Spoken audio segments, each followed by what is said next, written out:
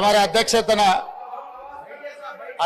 అత్యంత కీలకమైన ప్రకటన చేయాలని రాష్ట్ర ప్రభుత్వం భావిస్తున్నది. కొన్ని దశాబ్దాల నుంచి మాదిగ ఉపకులాలకు సంబంధించిన లక్షలాది మంది యువకులు ఎస్సీ రిజర్వేషన్లలో ఏబిసిడి వర్గీకరణ కోసం వాళ్ళు పోరాటాలు చేస్తున్నారు.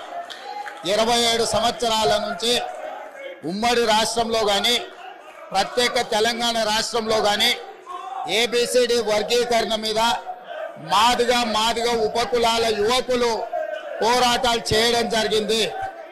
వారి పోరాటాల ఫలితం ఒకనాడు ఇదే శాసనసభలో మాదిగ ఉపకులాల వర్గీకరణ కోసం వాయిదా తీర్మానం ఇస్తే నాతో పాటు ఆనాటి శాసనసభ్యుడు సంపత్ కుమార్ను కూడా ఈ సభ నుంచి బహిష్కరించడం జరిగింది.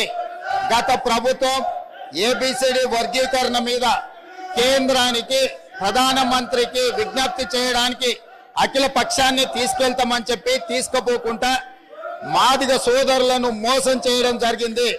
కానీ డిసెంబర్ 3, 2023 నాడు ప్రజాప్రభుత్వం బాధ్యత తీసుకున్న తర్వాత తక్షణమే మా ఉప ముఖ్యమంత్రి గారి సూచన మేరకు మాజీ ఉప ముఖ్యమంత్రి ప్రస్తుత మంత్రి దామోదర్ రాజనరసింహ గారి నేతృత్వంలో మా శాసనసభ్యులందరినీ అడ్వకేట్ జనరల్ ని ఢిల్లీకి సుప్రీంకోర్టుకు పంపించి న్యాయ కోవిధులతో చర్చించి సుప్రీంకోర్టులో బలమైన వాదనను తెలంగాణ రాష్ట్ర ప్రభుత్వం కాంగ్రెస్ ప్రభుత్వం వినిపించడంతో ఈనాడు సుప్రీంకోర్టు మాదిగ ఉపకులాల వర్గీకరణకు అనుకూలమైన తీర్పునివ్వడం జరిగింది.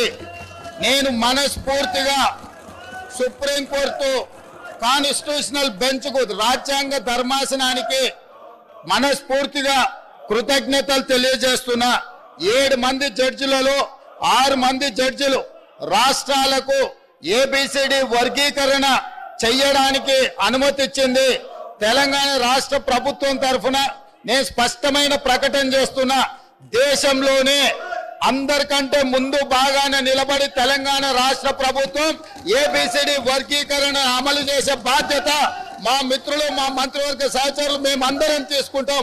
అవసరమైతే ఇప్పుడు ఇచ్చిన ఉద్యోగ నోటిఫికేషన్లలో కూడా వర్గీకరణను అమలు చేయడానికి అవసరమైతే ఆర్డినెన్స్ తీసుకొచ్చి మాదిగ సోదరులకు న్యాయం చేసే బాధ్యత మేము తీసుకుంటాము. కాబట్టి ఈరోజు ఈ సభ అందరూ కూడా ఈ అంశం మీద ఏకాభిప్రాయానికి వచ్చి మాదిగ ఉపకులాల వర్గీకరణకు సంపూర్ణంగా సహకరించాల్సిందిగా రాష్ట్ర ప్రభుత్వం తరఫున నేను విజ్ఞప్తి చేస్తున్నా అధ్యక్ష.